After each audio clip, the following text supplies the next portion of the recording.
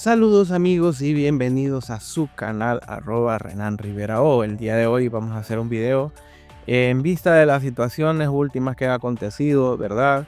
Hemos visto la situación mediática, los medios de comunicación, incluso tergiversando la información. Y surgió en estas semanas publicaciones un poco irrisorias, ¿verdad? El tema de el CNA, el Consejo Nacional Anticorrupción, vociferando, ¿verdad?, que existe situaciones mediáticas que tergiversan y publican informaciones falsas. Y eso es algo que ya es común en nuestro país y en la vida política de Honduras. El día de hoy hay una nueva polémica que surge en los medios de comunicación de una de las empresas televisoras más grandes, y que ya conocemos cuáles son las líneas que han seguido incluso desde el golpe de Estado. Entonces el día de hoy Juan Barahona manifestaba, ¿verdad?, en una entrevista que no existe voluntad política para la instalación de la Sisi, pero él manifiesta que no existe voluntad política en la oposición para generar la coyuntura para poder instalar lo que es la Sisi, ¿verdad?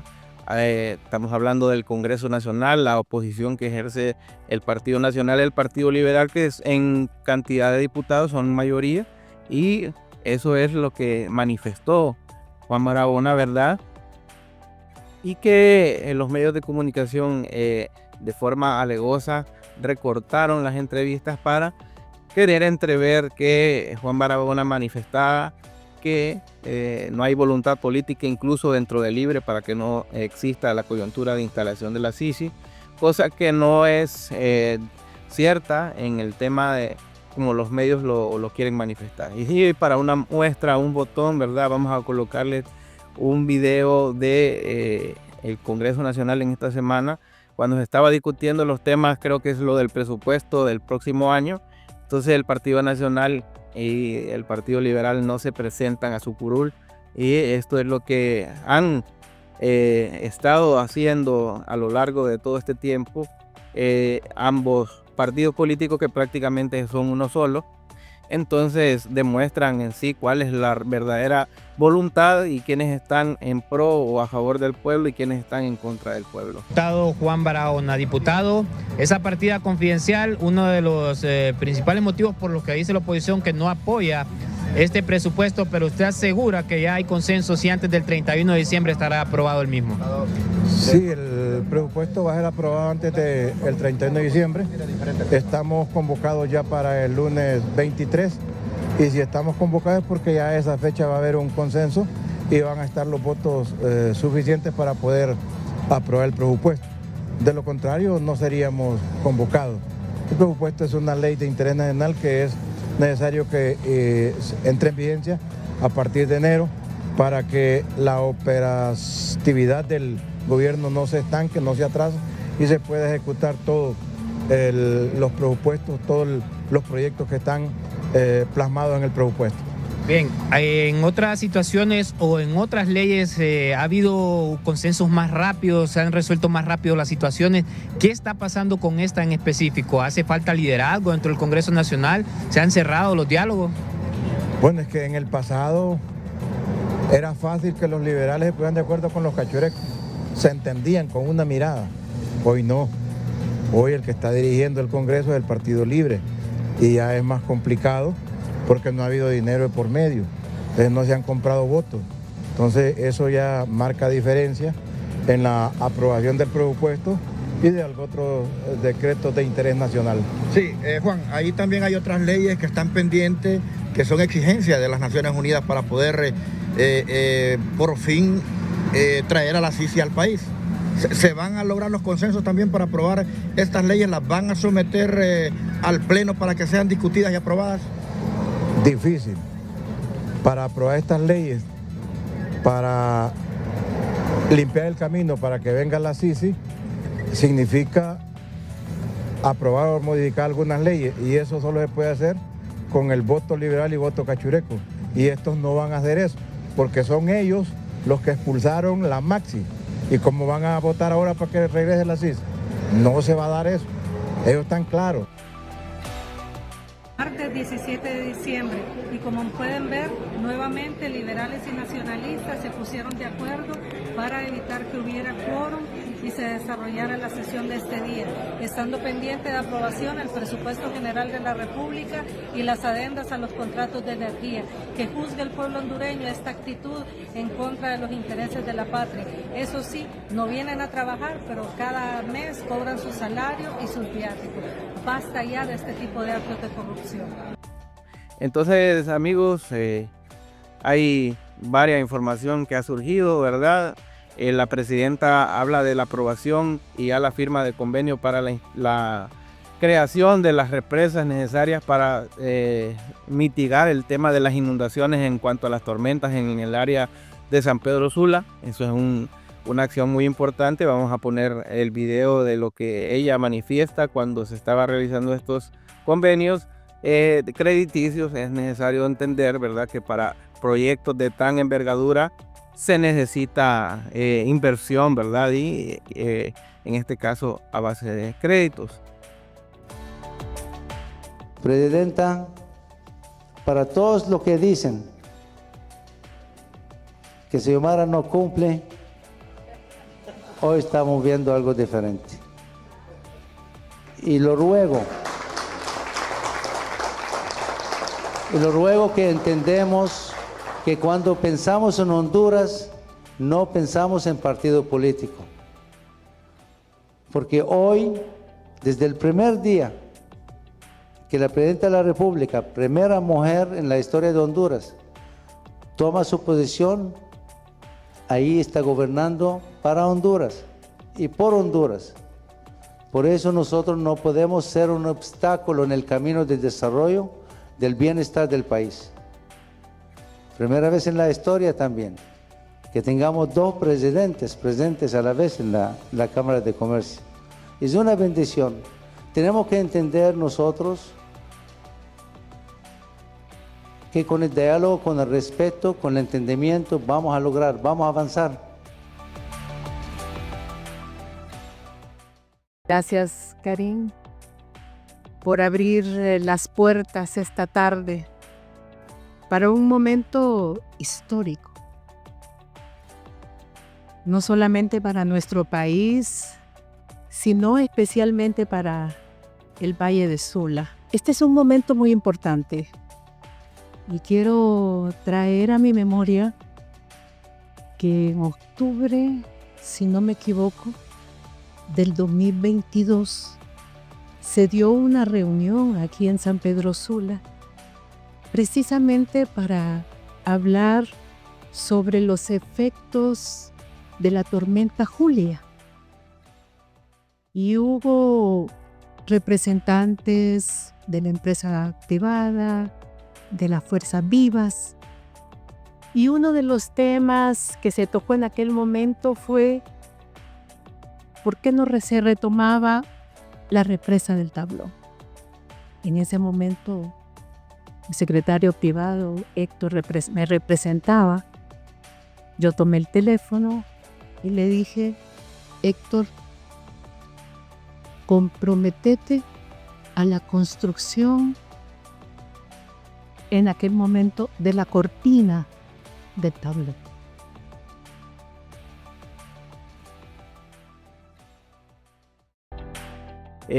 Cabe mencionar que a final de año han habido, ¿verdad?, el tema de las tormentas y que vimos bastante accionar del gobierno y aún está todavía las instituciones como lo que es el FIS y el CID aperturando y rehabilitando ejes carreteros. Es necesario entender que la situación es compleja, ¿verdad?, poder solventar muchas situaciones, pero vemos, por ejemplo, ya finalizado, ya casi el puente de Sencol, ¿verdad? Son algunos de los ejemplos que hay en cuanto a accionar y las rehabilitaciones de las carreteras y los accesos, pero principalmente comprender que todavía estamos en épocas lluviosas y que es muy difícil acceder, ¿verdad? Pero no es excusa para decir que no se va a trabajar y eso lo manifiestan, ¿verdad?, lo que son los ministros Warren y el ministro Octavio Pineda, que hemos visto accionar en ellos. En cuanto al tema de salud, han habido ¿verdad?, avances con lo de los hospitales y podemos resumir a final ya de este año 2024 ese discurso que la presidenta hacía, que ella sí está haciendo lo que es 8 hospitales, ¿verdad? Y en su momento la narcodictadura prometió 90 hospitales, 92 hospitales prometieron, y ahí están los videos todavía, y los vamos a poner por aquí. Pública de servicios de salud con una inversión de 420 millones de dólares, es decir, 10.500 millones de lempiras que se van a invertir y que ese es presupuesto que ya tenemos. No es que venimos a que nos autoricen a buscarlo, sino que ya tenemos ese presupuesto. Eso significa 94 centros de atención de salud, 94 centros de atención de salud.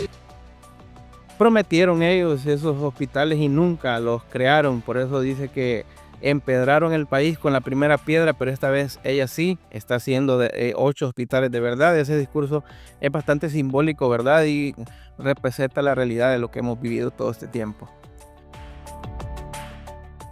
Si somos diferentes, al que le duela. No hay manera.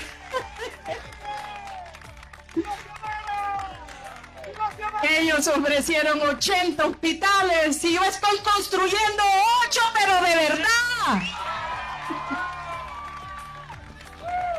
Ellos ofrecieron caminos, carreteras, dejaron empedrado todo el país, poniendo la primera piedra, y yo vengo a inaugurar los proyectos hechos por mi gobierno. Somos diferentes porque gobernamos para el pueblo. Esa es la diferencia. Porque no representamos grupos económicos, porque representamos al pueblo y hemos venido a la par del pueblo, en primer lugar acompañando al presidente Zelaya en sus luchas durante muchos años a la par de él, y durante 12 años hemos caminado a la par de ustedes. Y no vamos a cambiar nuestros valores, nuestros principios, no vamos a cambiar nuestra dignidad bajo ningún punto. Muchos comentan en los videos que hemos hecho anteriormente, cuando hablamos de la situación mediática, ¿verdad? Cristian Sánchez y de la plataforma Pro Honduras Network, en los en vivos y las transmisiones que hacía, los medios tarifados que conocemos siempre han hecho recortes a información, pero únicamente tergiversando. Hay algunos videos, un video que hemos realizado hace un par de meses, en el que habla de que el presidente Mel Zelaya no recibió fondos provenientes del narcotráfico, porque ya es común y de público conocimiento que en esos momentos quienes ofrecieron dinero, hay ciertos líderes políticos que en su momento sí recibieron esos dineros, pero que no cumplieron lo que los narcos estaban solicitando, en este caso colocación de presidencias del Congreso, y dichos diputados en el departamento de Colón pues fueron asesinados porque no fue una situación consensuada con el presidente Zelaya y que el presidente Zelaya permitiera, ¿verdad? Estamos hablando que en esos procesos del gobierno del Poder Ciudadano se estableció, incluso el mismo Mel Zelaya habla en su momento de que hay unas listas incluso de la embajada que pedían que ciertos ministros se colocaran, y que él fue y hizo caso omiso a ese tipo de situaciones, y eso ya es tema queda en la historia, ¿verdad? En este momento la situación mediática, lo que ha acontecido, ¿verdad?, en el juicio que se está llevando en Estados Unidos, en Nueva York, y lo que ha resumido, ¿verdad?, Cristian Sánchez, lo vamos a colocar por aquí el video en Canal 8, hacían una buena entrevista del resumen en lo que la oposición, en este caso los partidos Nacional y Liberal se llevan un tremendo golpe porque están esperando como agua de mayo, podemos decirlo así, algún video que surgiera de un miembro de Libre, ¿verdad?, recibiendo fondos económicos provenientes del narcotráfico, pero en este caso surgió el listado de todos los que del Partido Liberal recibieron hasta 20-25 millones de lempiras para poder favorecer al Partido Nacional y colocar a Mauricio Oliva como presidente del Congreso. Esto es lo que ha surgido a través de lo que es el juicio, entiendo, de Giovanni Fuentes Ramírez, si no me equivoco. Entonces son las situaciones los duros reveses que han obtenido últimamente sobre estos casos. Entonces vamos a poner el resumen de Cristian. Entiendo yo, no me lo estoy inventando. Estos nombres fueron mencionados en los testimonios que está dando Midencio Kelly allá en la ciudad de Nueva York, con el fin de abrir una nueva línea de investigación. Mucha atención, aquí está diciendo claramente el fiscal, con el fin de abrir una nueva línea de investigación que nos permita conocer la verdad sobre los hechos mencionados. No debemos permitir, dice el fiscal, que el dinero proveniente de actividades ilícitas sea utilizado para comprar conciencias al punto de influir en las elecciones de altos cargos en el país. Bueno, ¿qué ha pasado con ustedes? Los he visto que han entrado, que han salido, bueno, en que andan en reuniones, no sé si cabe el término de hablar de negociaciones. Bueno, en efecto, no hay que tener temor, se anda en negociaciones, pero no se está en negociaciones para situaciones personales. No está negociando puestos del Partido Liberal, eso sí que quede claro, porque desde hoy no tengo ningún temor de decirlo. El Partido Liberal no está negociando puestos, el Partido Liberal no está negociando nombramientos, el Partido Liberal lo que está es buscando acuerdos para el pueblo hondureño. El Partido Liberal lo que está es buscando acuerdos para el pueblo hondureño. Un saludo aquí desde justo la Corte del Distrito Sur de Nueva York, esa especie de matadero de los políticos del bipartidismo hondureño. Entonces, repito, esa fachada que tengo a mis espaldas es la corte donde vinieron todos estos, Tony, Juan Orlando, el Cachiro y una lista de aproximadamente 57 hondureños que tienen problemas con la justicia federal de este país. Y hoy a las 2 de la tarde, en aquel extremo de la corte, vamos a hacer nuestro ingreso para la conclusión probablemente del interrogatorio al testigo. El testigo que va a estar ahí a las 2 de la tarde es Davis Leonel Maradiaga, conocido como el Cachiro principal, porque es en colectivo, ¿no? Los Cachiros, estaba el papá y el hermano de Davis, pero sin duda alguna Davis Leonel era el líder de ese grupo, o de ese cartel, de esa estructura criminal, así como Juan Orlando Hernández era el líder de la estructura en la que formaba parte Amílcar, Hilda, Tony y otra hermana de la familia. Digamos, ellos son los líderes. Entonces el líder de los Cachiros va a testificar hoy, interrogado por la defensa de el señor Turcios. ¿Por qué se me olvida el nombre? Porque Midense me suena a mí como apellido. Entonces yo busco el nombre, pero no es el nombre.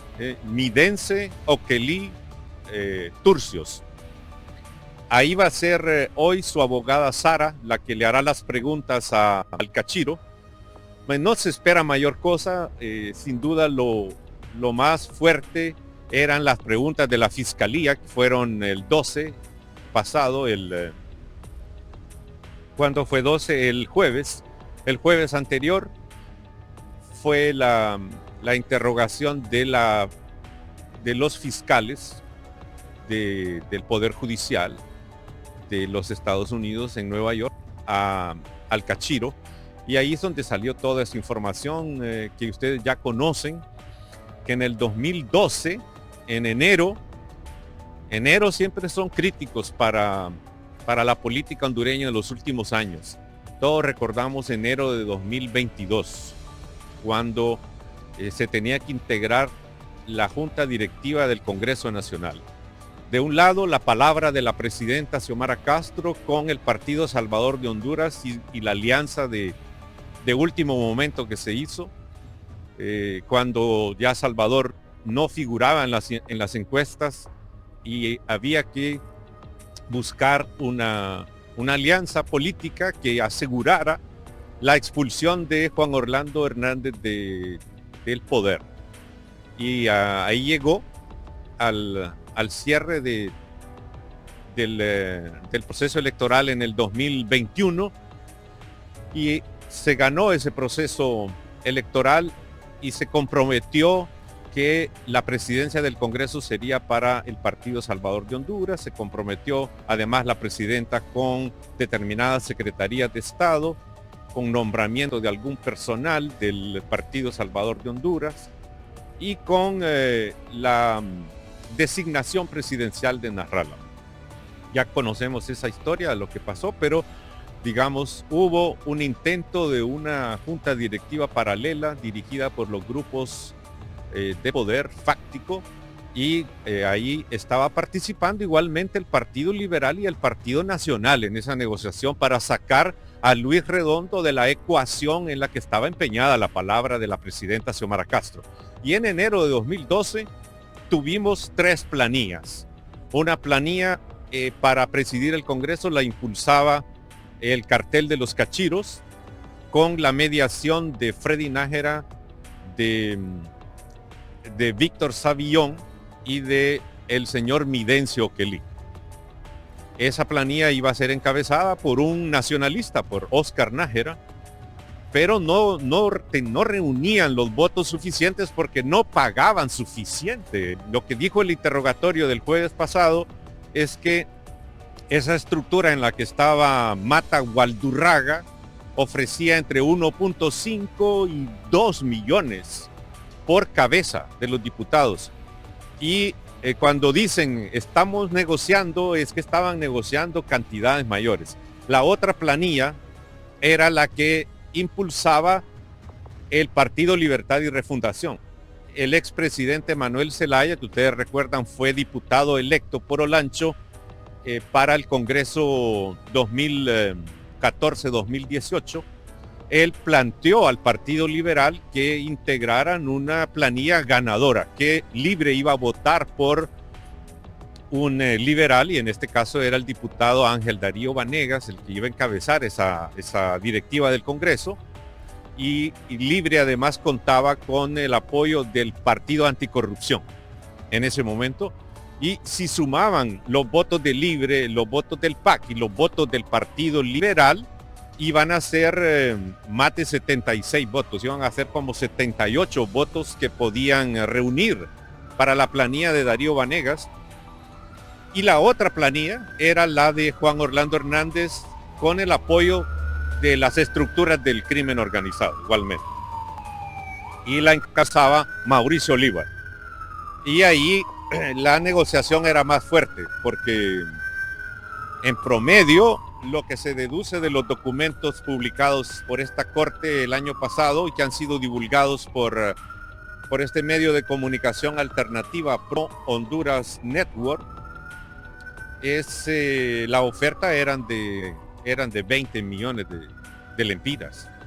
O sea, no era 1.5, no eran 2 millones, eran 20 millones.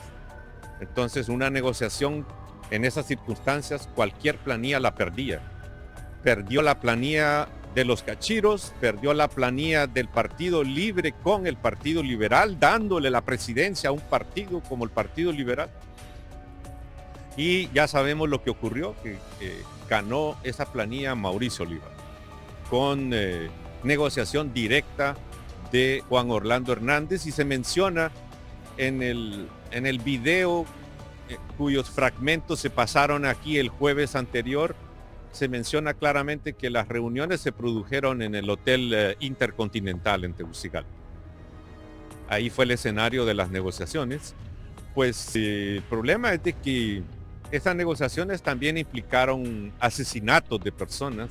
Midencio Oquelí es responsabilizado de al menos 7 asesinatos. Es responsabilizado de haber entrenado sicarios de las pandillas hondureñas al servicio de los cachiros, que contabilizaron en esta corte más o menos 67 asesinatos. 67 asesinatos atribuidos a Davis Leonel Maradiaga, y a Midencio Quelí le atribuyen un promedio de 7 asesinatos, más el entrenamiento militar de maras, más proveer armas de guerra a la estructura criminal de Midencio, de los cachiros.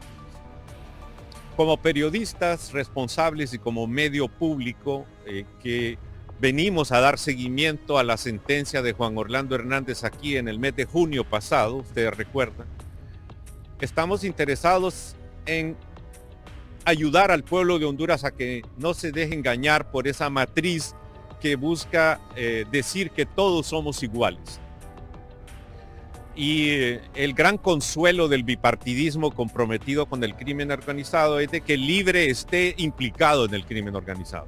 El gran consuelo en la campaña política electoral es pretender demostrar que todos los partidos son iguales, de que todos los políticos son iguales, y como bien lo dice la presidenta Xiomara Castro, no somos iguales. En esta corte no hay mención de ningún miembro del Partido Libre que esté implicado en este juicio a Midencio Quelí. Lo que es evidente es que el Partido Libre entre el 2014 y el 2018 perdió un promedio de 9 diputados propietarios y aproximadamente 7 diputados suplentes. Estoy hablando entre 2014 y 2018. Y los que le fallaron al Partido Libre, los primeros que le fallaron, los primeros traidores del Partido Libre fueron periodistas. Y la lista, por ejemplo, incluye a Eduardo Coto, incluye a la señora Gudelia Rodríguez, no recuerdo exactamente su nombre porque son de ingrata recordación para la resistencia hondureña, carajo. El señor Esdras Amado López y un señor Sánchez. Una lista de 9 diputados, yo ni quiero recordarlos, pero fueron traidores al proyecto de la resistencia social y política. Igual, y eso los perdimos después de esa negociación con criminales en enero de 2014. Igual que perdimos diputados traidores después de enero de 2022. Fíjense ustedes qué maldición la de enero. Pero en enero de 2022 no pudieron nombrar la junta directiva del Congreso que querían los grupos mafiosos del país. No pudieron. Es la primera vez que cuando se designa una persona, Luis Redondo Guifarro, antes del 25 de enero, después de las elecciones generales, es la primera vez que el que fue designado, ese fue elegido, porque se exigió respeto a la palabra empeñada por la presidenta Xiomara Castro en aquella gigantesca movilización ese enero de 2022 en el hemiciclo. Si no hubiera sido así, otra vez las mafias habrían puesto a su junta directiva. Todo eso nos recuerda esta corte. ¿Qué será el escenario? ¡Hey, Cristian! Venga, hombre, venga, aprovechamos para saludarlo de una vez. Encantado de saludarle. No. Aquí está. Recuérdeme su apellido, Cristian. Sánchez. ¿Listos para la continuación de la audiencia hoy? Sí, hoy a las 2 de la tarde comienza lo que es la Fático Hearing. Se llama Fático Hearing, son audiencias de descargo de pruebas. En este caso le toca el cross-examination a la defensa. Cristel Santillo se llama la abogada. Más que todo refutando lo que se dio el 12 pasado de diciembre y donde se manipuló en Honduras la información que salió de acá.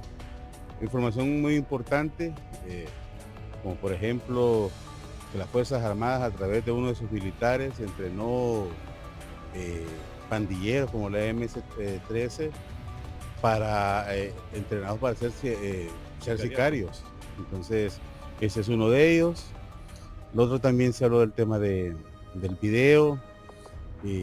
Muy pocos mostraron, fueron fragmentos, pero aparte de ello también mostraron lo que son las transcripciones. Nosotros en algún momento les hemos mostrado.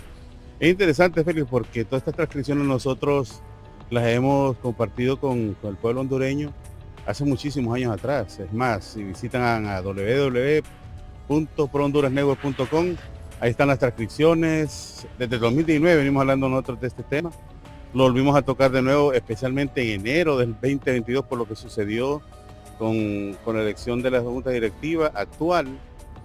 Y lo de las mentiras, ¿verdad?, de los medios corporativos, que la verdad que siempre están pendientes a sus jefes. Sí, decíamos nosotros, pretender imponer esa narrativa de que todos somos iguales, de que por tanto no hay escapatoria, de que no hay ningún partido ni movimiento que merezca la pena hacer un planteamiento político diferente en el país.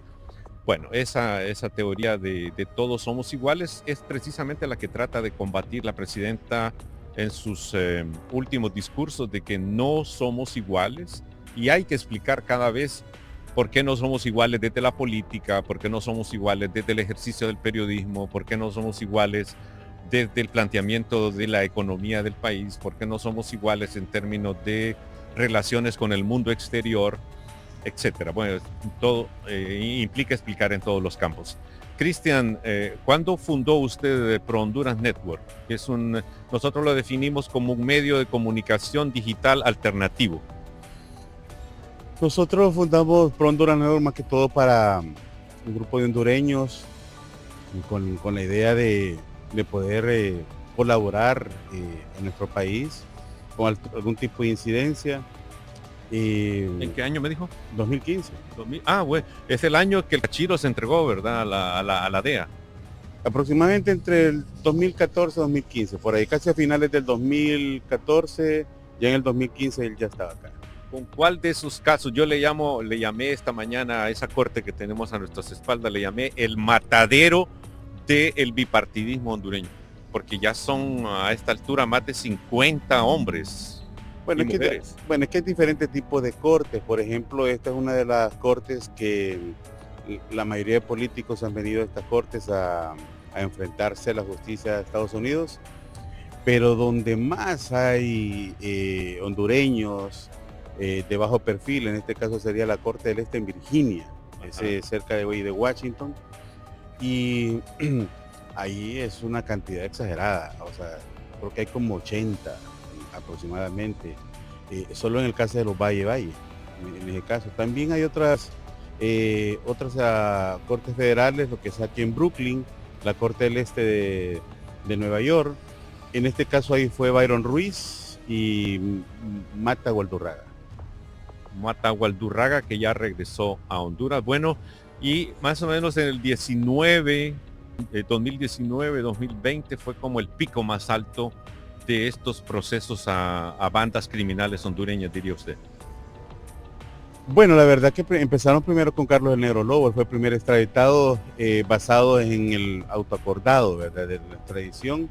Luego vinieron lo que es el tema de los Valle, pero ya los políticos, narcopolíticos, como le llama David, él le dice David, narcopolíticos. Esto empieza con la familia Rosenthal en el 2015.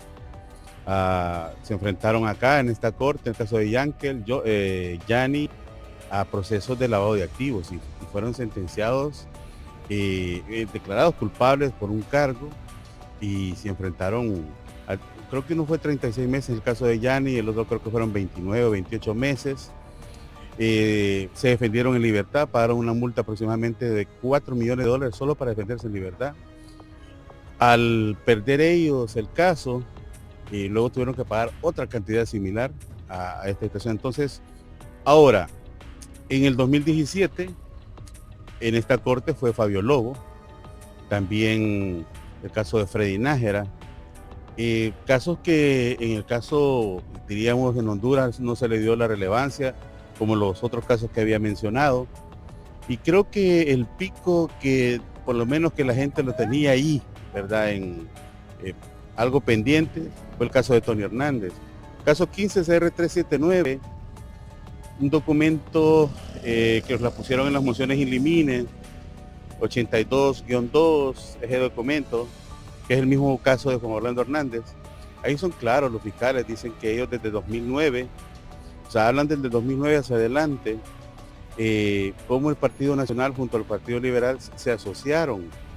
Ahí aparecen los nombres como Samuel Reyes, Midense Turcio, Soraya Calix, todos estos nombres que son con los conspiradores. Por ejemplo, en el caso de Roberto Wolfovich, que fue ministro de Energía, jefe de campaña de Juan Orlando Hernández, entre otros. Nos dimos más cuenta cuando en el 2021, con el arresto de Giovanni Fuentes Ramírez, ahí salieron 15 conspiradores más. Y interesante que Juan Orlando Hernández sellaron los nombres. ¿Los sellaron? Sí, todos los conspiradores, estamos hablando que eran más de 100. ¿Qué significa que los sellaron? Que la fiscalía se dio cuenta que nosotros los identificábamos, o sea... los tacharon. Sí, por ejemplo, nosotros, en el caso de Jeff, que trabajaba con Univisión, él y nosotros identificábamos a los conspiradores, porque en los documentos in limine decían más o menos quiénes eran. Por ejemplo, en algún momento decían que era un mayor, era un alcalde del occidente. Entonces, ok, este es Alexander Ardón. Entonces siempre pegamos a los que eran los conspiradores, pero en el caso de Juan Orlando Hernández, en las mociones in limine, séllanlos, o sea, no muestran los nombres. Ahora sí dice que eran más de 100. Entonces es una gran familia, como lo llamó Rixi Moncada en su discurso ayer.